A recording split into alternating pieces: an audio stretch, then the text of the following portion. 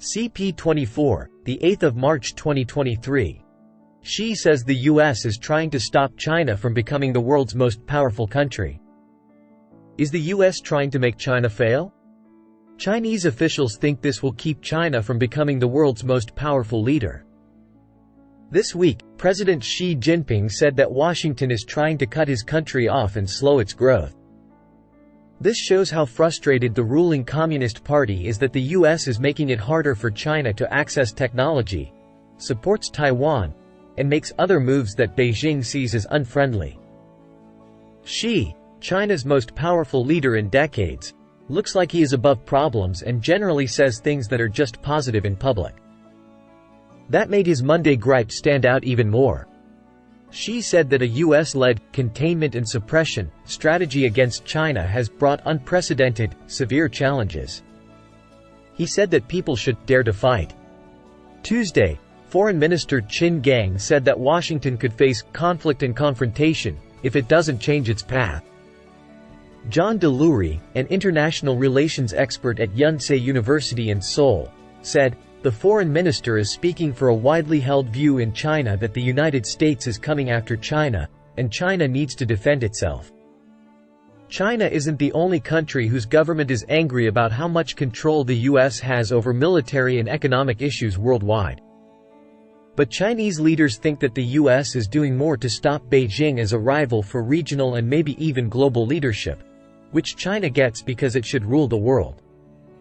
The ruling party wants to restore China's historic role as a political and cultural leader, raise incomes by making the country an inventor of technology instead of a stealer of technology, and unite what it calls the Chinese motherland by taking control of Taiwan, a self-ruled island democracy that Beijing claims as part of its territory. Beijing thinks these are reasonable goals, but US leaders consider them dangerous. People say that China's plans for growth are based, at least partly, on taking technology from other countries or forcing them to give it to China. Some people worry that Chinese competition could hurt US industries and wages. Washington has set back Beijing's plans by putting Chinese companies on a blacklist that makes it harder for them to get processor chips and other technology. One of these companies, Huawei, is China's first global tech brand. That hurt Huawei's smartphone business, which was once one of the biggest in the world. When European and other partners upgrade their phone networks, American officials are trying to persuade them not to use equipment made by Huawei. Washington says it's worried about security, but Beijing says that's just an excuse to hurt its new rivals. The trade between the two countries is the biggest in the world, and they both want to fight climate change and other problems.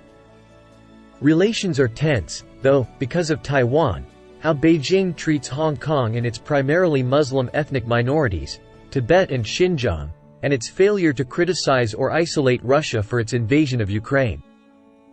An expert on foreign relations at Beijing's Renmin University, Shi Yinhong, said the official Chinese view has worsened since Xi met with US Vice President Joe Biden in Indonesia in November.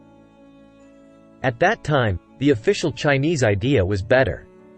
He said that in the 5 months since then, Washington had allowed more arms sales to Taiwan, criticized Beijing's position on Ukraine, and put more Chinese companies on export watch lists, all of which China saw as hostile. This week, Xi and Qin spoke in a dramatic way, but Xi said that the main point of what they said was China's long-term position. The country's leaders think that the United States has almost completely and desperately tried to contain China in all ways, especially in the strategic and military fields. Xi said, "The chance of a military conflict between China and the US is growing. China can't attack Taiwan as it is being stopped." Ned Price, a spokesman for the State Department, said that the United States wants to coexist responsibly in the global trade and political system. He also rejected that the US government wanted to put down China. "This is not about putting China in its place. It's not about putting down China." Price said in Washington that the goal is not to hold China back. "We want a fair, constructive competition that doesn't turn into a fight," they said. The United States, Japan, Australia, and India formed a strategic group called the Quad, because they were worried about China's claims to large areas of sea that are used as trade lanes. They say the group doesn't focus on one country, but its official statements are about territorial claims and other problems where they disagree with Beijing. After getting angry with each other over a Chinese rocket shot down after flying over North America, the two countries are getting along better. The FBI is taking a look at its technology and other gear. Qin, China's foreign minister, is trying to position China as a global force for moderation and peace, in front of foreign audiences. And, it's the Americans who are blowing things out of proportion, Galuri said. Xi's government is especially upset when American and Western lawmakers support Taiwan. Taiwan broke away from China in 1949 after a civil war. Taiwan has never been a part of the People's Republic of China, but the Communist Party says the 22 million people on the island must join with those on the mainland, even if it means using force. Federal law says that Washington must ensure Taiwan has the weapons it needs to protect itself, so it has sold Taiwan fighter jets and missiles. According to Beijing, Chinese leaders say that this makes Taiwanese lawmakers more likely to oppose unification and possibly declare formal independence, which would lead to war. Premier Li Keqiang, stepping down as China's number 2 leader this month, called on Sunday for peaceful reunification. But Xi's government has also stepped up its efforts to scare the island by sending fighter jets and weapons into the water near the island.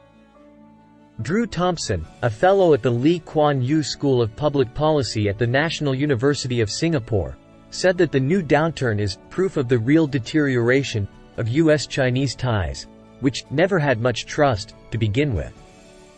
Chinese leaders think that any kind of talk about strategic issues is sensitive and off-limits, Thompson said. This makes it more likely that they will make a mistake. They have plenty of proof that the U.S. is a hegemon that wants to destroy the Communist Party and its legitimacy, he said. But if attitudes and the balance of interests change, they could just as easily think that the U.S. is a partner in helping the party reach its goals.